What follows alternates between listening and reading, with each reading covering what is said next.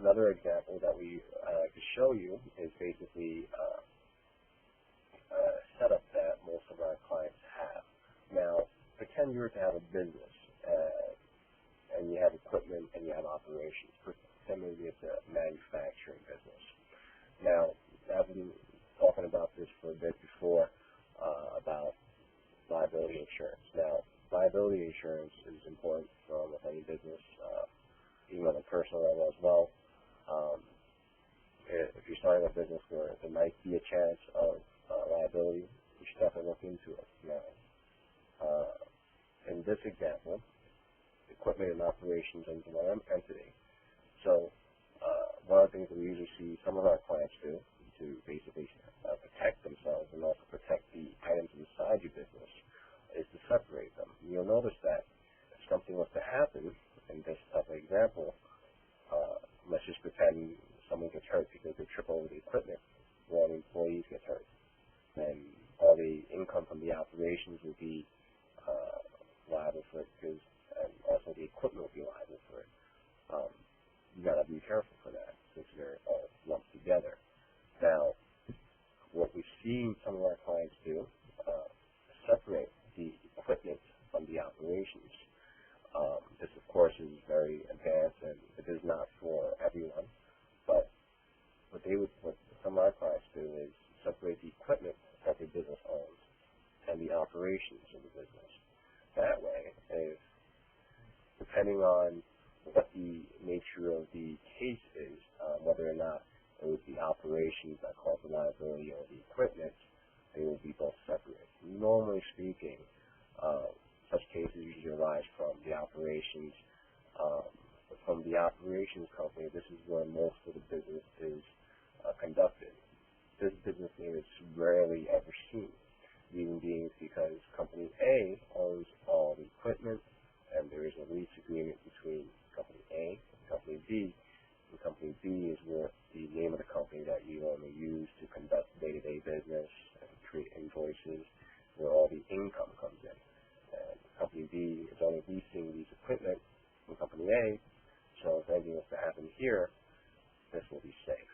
And this is a very simple example. Is it advised for everyone? It depends on what stage you are and whether or not it's applicable. There are definitely more filing fees, and there's definitely a lot of legal documents you definitely have to draft up. Definitely the agreement between these two companies, and there's a certain amount of separation that needs to be done and maintained to make this effective. Now, we're also going to go over some common mistakes. All the scenarios I've given you so far sounds great, looks great on paper, but there's some common mistakes that we see from some new business owners that usually violate the separation. The separation I gave you is only effective if you maintain the separation, if you do everything accordingly. You'll notice that sometimes we always talk about it when we talk about with our clients with their taxes as well. You want to make sure that you separate your business funds and your personal funds. Now, that's not to say that in the beginning you're not allowed to contribute into your business. We're really more concerned about you paying your groceries from your business credit card, or you, getting a haircut on your business debit card. Those things you gotta watch out for.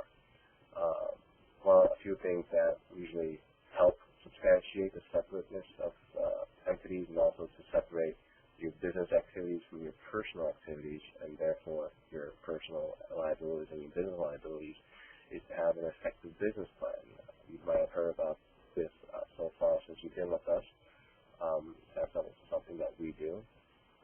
Having a business plan that stipulates how you plan on operating your business. And the example we given before, simply having these entities created it might not be enough. You need to have some sort of written agenda from Company A and then an agenda from Company B that basically states that Company B will have an agreement with Company A to rent out the equipment. Things of that nature. Business plan is also very helpful in substantiating your professionalism in your field, and also substantiate whether or not you're doing this in a manner which your livelihood depending on it. Those are things that basically looked into when it comes to judgments. When people want to judge whether or not there's a complete separation between the business and your personal assets and liabilities. Another key factor, very important, is to maintain proper bookkeeping. You have to make sure there are proper records, okay, and also that's recorded properly. Keeping records and bookkeeping, they're intertwined, but they're also very important to understand the difference between both. You can maintain your records, but you also have to keep them a certain way. You have to record them a certain way.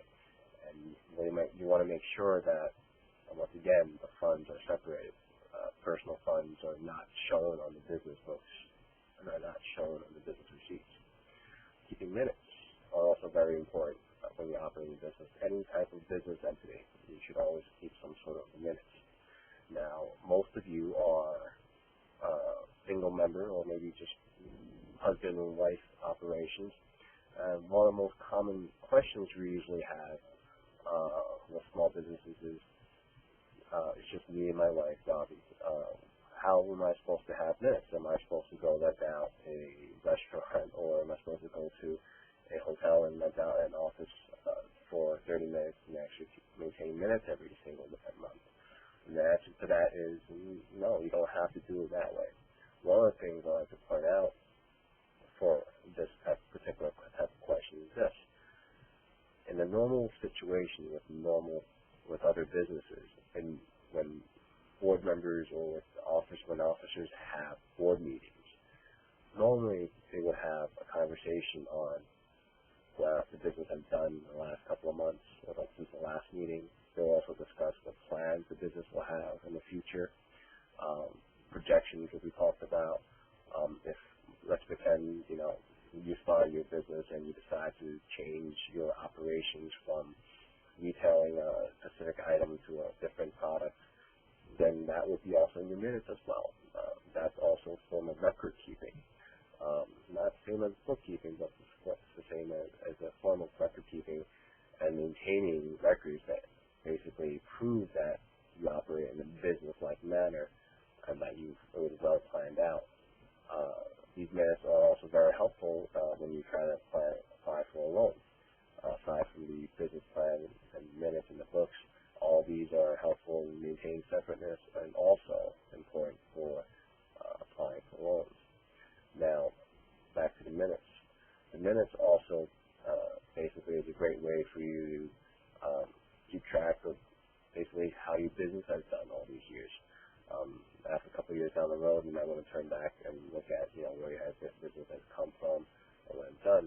You don't have to do it every month. You don't have to do it every week. You can do it once a quarter, once half a year, or even once a year.